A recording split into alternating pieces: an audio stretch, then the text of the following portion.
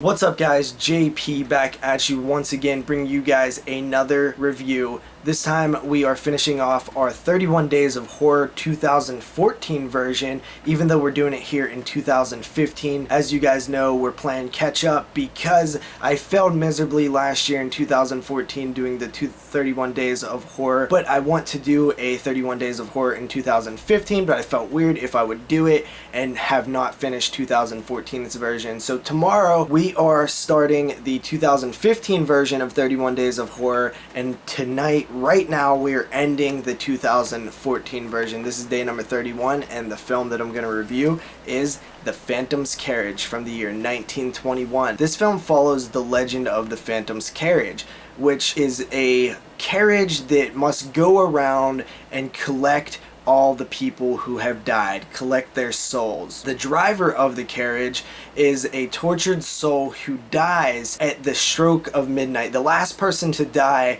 in the year will have to be the driver of the carriage, Death's Carriage. It has to be somebody who has a life filled with sinning. So it's somebody who's being punished for their bad things that they've done in life by having to go the next year driving this carriage endlessly through the night, endlessly through the day for a year straight. But also their years, their one day feels like 100 years. So they're really doing this for almost an eternity. Then we have our character David, who just happens to be the guy who dies, the last person on earth to die before the new year. So he is now going to take the reins over from a previous year's carriage driver. That person just happened to be one of his friends, so it's almost sort of this Christmas Carol where he's showing him the reasons why he messed up, why he's going to be forced to do this,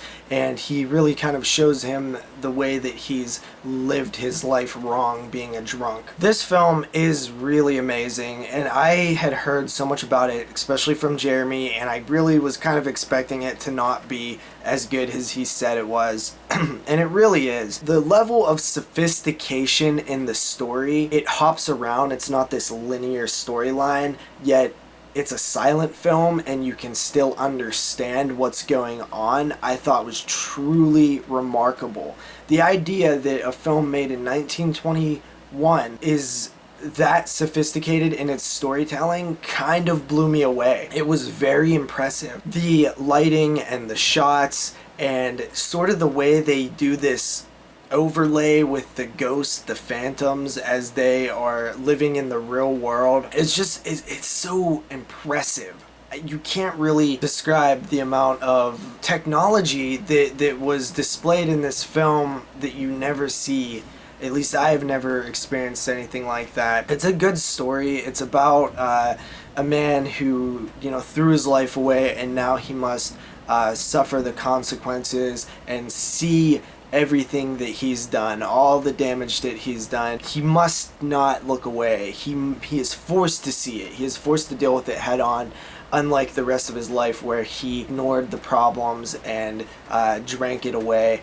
Just a great film, man. I mean, it's a very complex story. There's a lot to it. I love the idea of the Phantom's Carriage, where you're forced to do this for a extended period of time, just go from place to place and pick up the souls of these poor earthly creatures who have died. It's a great movie. Loved it. For 1921, even in 1921, even in today, a film made in 1921, like, it's an actual good movie. Like, it's not like good for 1921. It's a good movie today. It works still. It works well.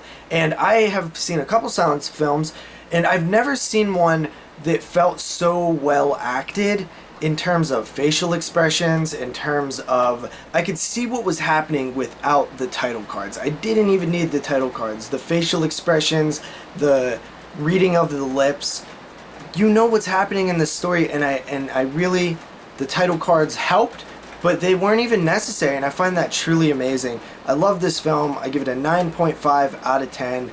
Check out The Phantom's Carriage. It's a good film for today. Truly impressive. Peace out.